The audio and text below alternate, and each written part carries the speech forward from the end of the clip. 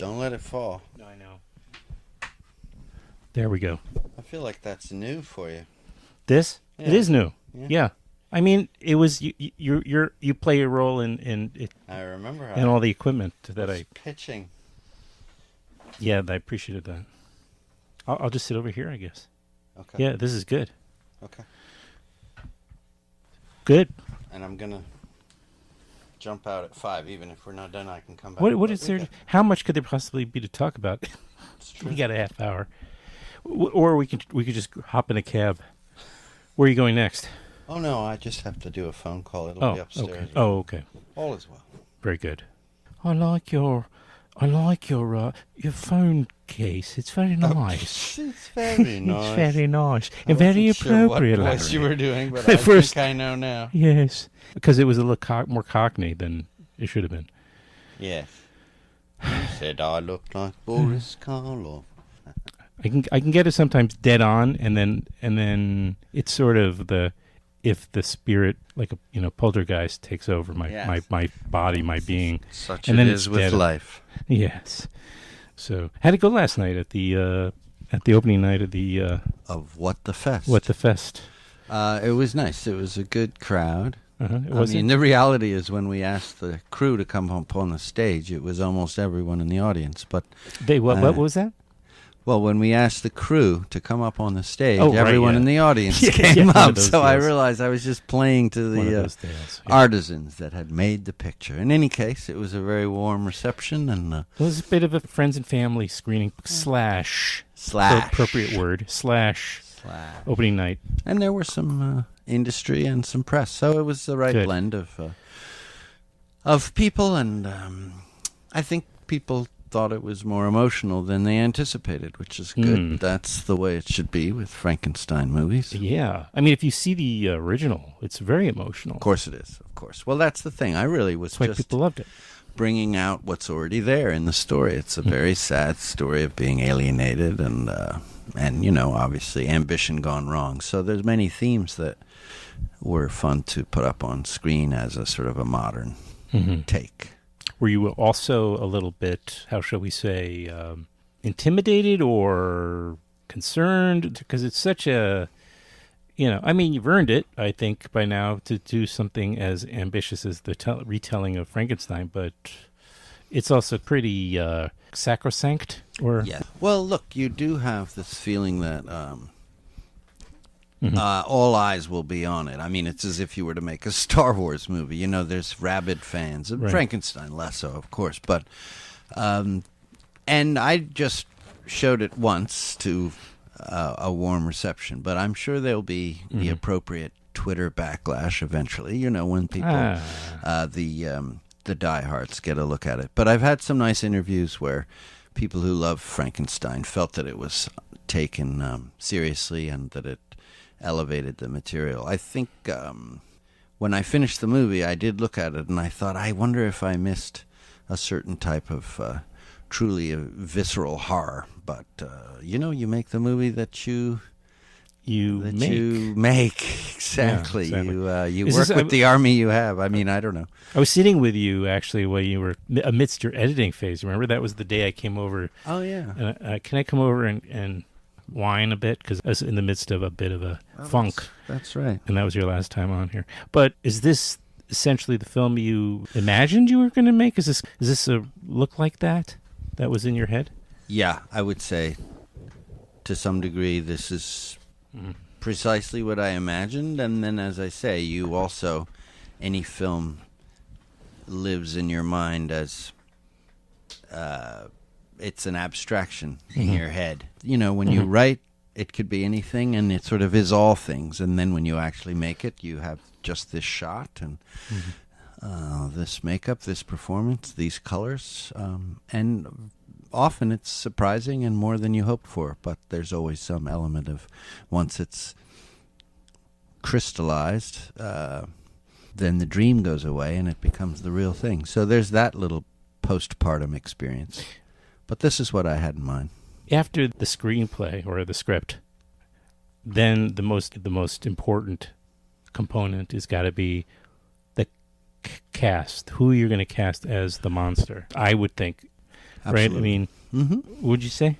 Of course that's true. In fact, there's some parables that say casting is, 80% of the movie. I think that's far-fetched because Actors are cattle? No, but there's, according to Hollywood, the cinematographer doesn't matter. Oh, right. That's a reference to the Oscar debacle. Yeah. Which was corrected, but only because there was public pressure. Outrage. In any case, yes, all of that, films are images, and the images are essential, but I think most people are following the story through the actors, and it was very important. How are you going to cast Frankenstein? This guy, what's his name? Alex Breaux. Alex Breaux. Not like BRO, guys. This is the French. Although I do like saying Breaux. Breaux. I call him Breaux. Yeah. And we like, See, I could see that. I think I could actually maybe by the end of this podcast, come up with a California surfer dude / Karloff impression. Well, I look forward to that. And, I have a call at 5, but you can keep going. Thank you. And refine that. I'm detecting a little sarcasm in there. Just a smidge. Hey, so this guy, Alex Breaux, Breaux, it's got a nice French name, or French Canadian, I don't know which. He's amazing. I looked him up a little, and I see he doesn't have a ton of background. How'd you Well, he does theater, of course. That's why. And I found him in a New York Times article. Oh, you did? I saw that he was in a play just down the street here on 4th Street at the local theater here called the Red Speedo, and I saw some photos from that, and he looked like he was a very physical actor, and I was excited to audition him. I worked with Sig de Miguel and Stephen Vincent. They were my casting guys. And I see. I said, for the monster, we don't need a name. In fact, it's more exciting and traditional almost to have an unknown. At least Karloff was unknown. Was De Niro, not so much. But there's been different people, of course, and different approaches to this story. Anyway, I certainly expected to have a surprising actor for the role. And Breaux was fantastic in the audition, and I actually used him. I engaged him a year before we made it because I was still looking for money, but I knew that I liked his vibe, and I would give him Frankenstein movies and the book, I think, and just sort of kept up with him. Eventually, when I got closer, I invited him to lose the weight, start working out, and really work on the character. Yeah. He was a morbidly obese guy at the time. That's right, Something you saw, though, he was very physical. Yeah, he was very physical, carrying around all that extra pound. Yeah, no, he's miraculous. And then the third component that comes up in my mind is, in the list of really, essential things is makeup. I mean, it's usually in your horror films, but in here, again, it's like, how realistic do you want to make it versus gothic, not over the top, but dramatic. Well, it's creature makeup. Design. It's really a design choice, what the monster looks like, and there's great expectations from that because it's been a century of, adaptations of this novel and sort of looking at that story. And then if you really want to get into it, like RoboCop is a remake of Frankenstein. In other words, there's even a greater pool to draw from in terms of our stories that deal with making life in a laboratory. But I was going to be very traditional. The difference between myself and the Karloff makeup is obviously that's copywritten by Universal, and it wasn't entirely realistic for our present day. So I looked to the medical books. It is about a field surgeon who'd been to Iraq, and so what would he do? Also, the thing that's funny is you see a lot of the makeup where there's scars just all over the face, because that's in some ways supposed to be scary, I suppose. But the reality is, why would you do that to your creature that you were making? So I didn't favor. You could just use one face. Yeah, he would. Yeah, come on, one face. One. I do have a little tribute to that perspective with the scar around his eye, and I sort of imagined, well, maybe the doctor did just see if he could create an eyeball that was, from another body. Right. But anyway. The milky eye. So those things were all decisions, and then we had the ear, which was great for certain close-ups, and the whole idea of listening, and the monster is listening, trying to understand what's going on in the world. Yes. So we sort of highlight the ear, and that got us a nice Van Gogh joke in the museum. Yeah, these kind of jokes. Yes. That's what the fans love. See a good Van Gogh joke, let me tell you. That's right. What brings them in droves. Nothing like a Cubist reference to... That's it. So... Did I get... No, not Van Gogh. I was thinking... well, that's Picasso. Reference, because of the ear was like a different... Almost like a different size. Right. And his angular face with the different pieces of... I was thinking, like Picasso. I didn't do a Picasso. I think, in a way, I put my favorite art. I went for De Chirico, who I love. He's the guy that has long shadows. Hitchcock references him in the Dali section of Spellbound. Right. Or maybe that's really just the Dali section. But the idea of these long shadows, De Chirico made these strange, haunted paintings. There's always like a train going by, and they're really very evocative. So I didn't do Picasso. I wonder if they have Picassos at the Met, because I was being very specific to their collection. Oh, I see. You were. Right. Parts of it take place at the Met. Excuse me.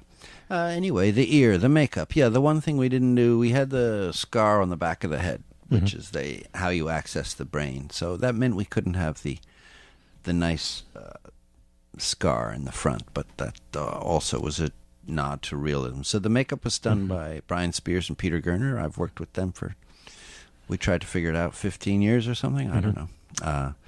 And they're fantastic, and they really gave it their all in between real TV gigs. So an allegiance. It was a lot of work. It was 4-hour makeup when he was full body depiction, and every day. Yeah, and then an hour and a half to take it off. So it was very grueling, just like the big boys. The choice to use the musical number putting on the Ritz. Explain it. They wanted to cut that. I do know that. And Gene Wilder had a fight. Yeah, I know. And of course, he had a fight for that. What's this? The Peter director eventually admitted it was his favorite scene, but I don't know why they would have cut it. It seemed to me so classic. But do you think it just was shows you never know he didn't want to do it in the first place? Maybe. Oh, I see. That's funny. And because once he shot it, he had to see this is hysterical stuff. Yeah. Yeah. That's as good as it gets. Yeah. All right. Well, my movie's not funny. What else do you want to point out? They're all gone. Everybody from that cast. Terry Garr's alive. That's true. And Cloris Leachman, actually. So I take back what I said. Yes. Please do. But we did lose, what's his name? Peter? What? Knockas. Oh, Charlie Feldman. Charles Feldman. Marty Feldman. Oh, who's Charles God. Feldman? I have no idea. Marty Feldman. Maybe he's on Grindr. I don't know. Excuse me? You're not going to hear that error anyway, so that's Marty Feldman. Of course, Marty Feldman. We used to love Marty Feldman. We used to, growing up, these were our guys. We would come back to school the next day after seeing the movie like Young Frankenstein or what have you, and silent movie. Be reciting any of those movies. Loved them. I mean, they don't all hold up, but Young Frankenstein certainly does. That does, for sure. Absolutely. In fact, it's some people's entree into the whole black and white Frankenstein canon, which is and the other entree is ironically Abbott and Costello Meet Frankenstein, That's which right. is another parody. But the monster's not treated well. Karloff is in that, right? No, Lugosi plays Dracula for the first time since Dracula. Can you imagine? No, yeah. And Wait, they Karloff? got Lon Chaney. Oh, Lon Chaney. As the werewolf. That's the Wolfman. But Glenn Strange plays the monster, and he played the monster one other time. I see. He's a good monster. He was a cowboy actor that they recruited to play the monster because he was very tall. And it's a rather wooden performance, but he was, as a kid, he was as much Frankenstein as the more pathos-driven Karloff. Mm-hmm. He was more of the robotic, the kind that you imitate. And now for our lesson. Remember, this is bread. Bread. And this is wine. To drink. Drink. Drink.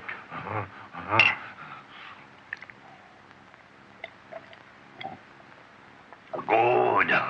Good. We are friends, you and I. Friends. Good. Good. And now for a smoke.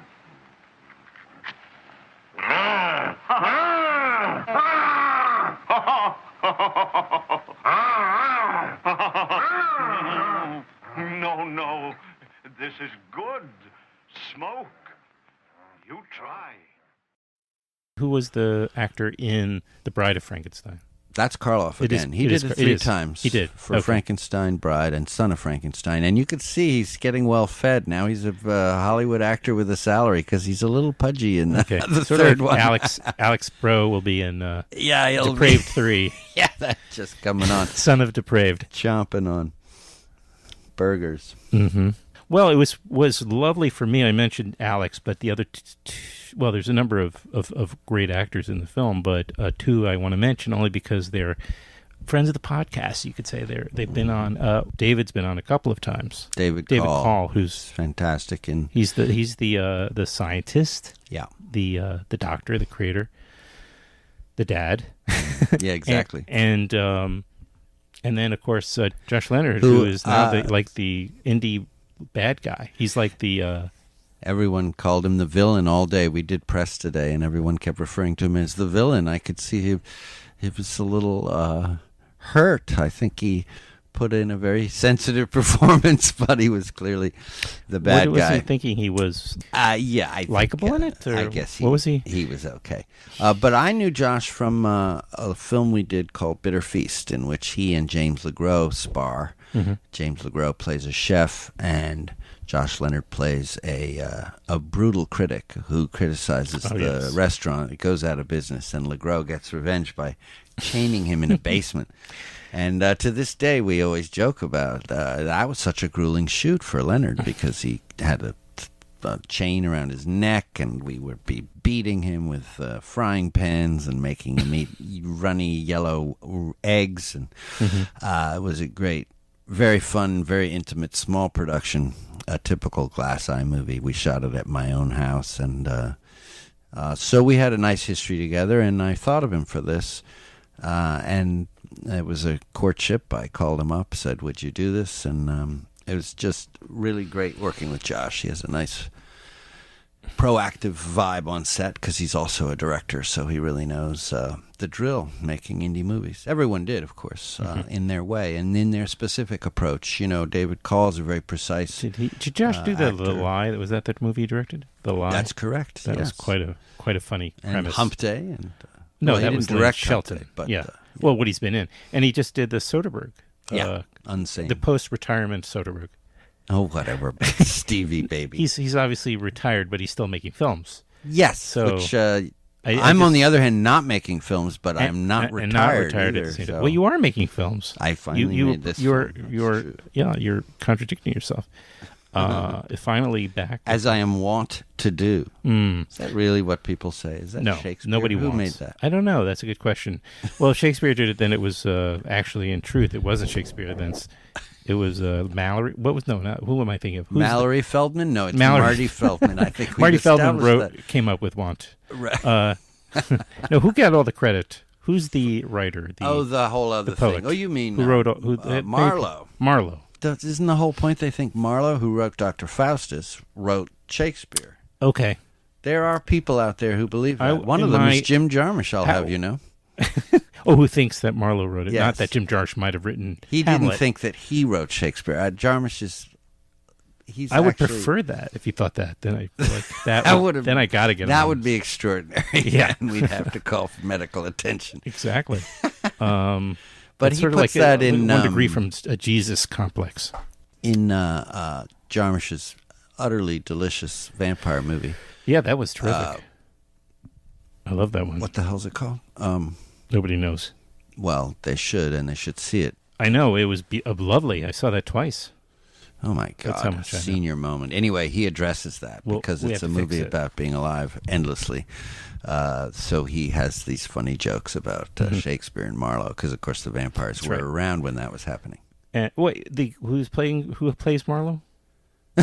Oh, Is is that this- true? Maybe there is. Wasn't there? I Is thought it Bill Hurt or somebody? Yeah. Crazy? I mean, not Bill Hurt, but John Hurt. John Hurt. Right. One of his last roles. John Hurt plays Marlowe. I'm pretty You're sure right. that's him. And he's like, I got to write this damn Shakespeare thing. I mean, I'm brutalizing what really happens, no, but this it's well is worth fantastic. researching. Whatever the fuck. And do we still know what the movie's called? Well, yeah, we have to look it up, and you have to say it correctly. That way, we. And you're going to insert How am I it? going to get Jim Jarmusch? Well, I edit, so I don't. You I'm edit going to forget these? Marty Feldman's name.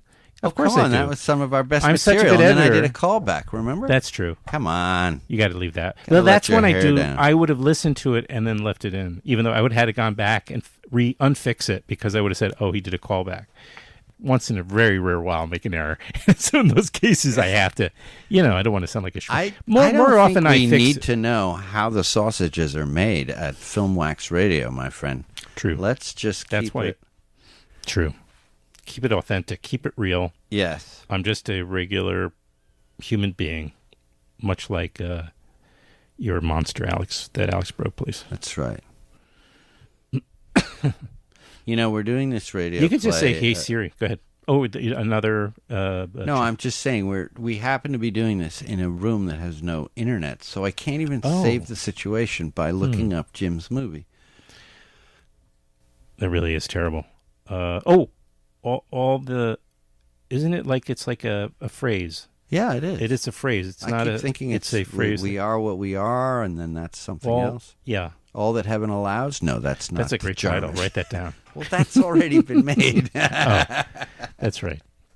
I don't know. We're going to have to. All go the heaven. out That's on this either note. Otto Preminger or that was. It's the other Yeah, this is terrible. This is a We're both- cinema webcast. Is we're that both what this is we're about? both born the same year. Well, there's a lot of information here. A lot of Yes. information, and a I'm lot that cluttering you it at can't the right. access. Exactly right. I forgot my password. Hold on. So, yell upstairs. All that. Here you go. What's the Jarmusch vampire movie called? See, he's half your age.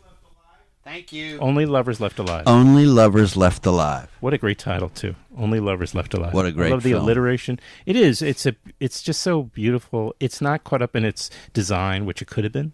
It looks fantastic, right? And yet it doesn't get, I think, just too distracted by the aesthetic.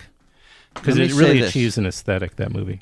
I have to end this interview, but what better Yeah. way than by recommending that wonderful film by Jim Jarmusch? Well, yeah. I mean, people should see that and see Depraved. I think they both share. I think that's a nice way to look back and look forward at the same time at American horror. We have a great history of it here. You should look back at the great films of the Universal horror, and yet you guys, like Jarmusch and yourself, are keeping the embers lit. That's a terrible. That is keeping the embers- fantastic. That is but so poignant. keeping things going, and it's fantastic. There's a real homage here, but it also feels utterly of it the moment. I think you achieved that too. I wanted to mention that earlier.